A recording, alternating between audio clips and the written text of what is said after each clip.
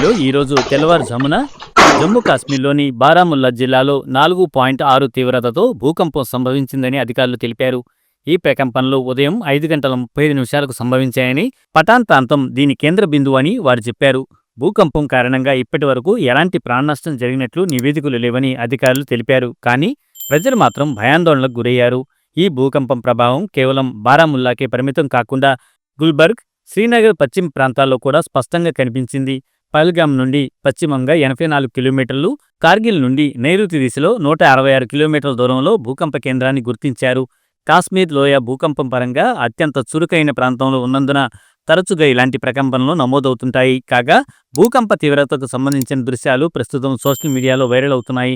లోయలోని వివిధ ప్రాంతాల్లో ఏర్పాటు చేసిన సీసీటీవీ కెమెరాల్లో భూమి ఏ స్థాయిలో కంపించిందో స్పష్టంగా రికార్డయింది.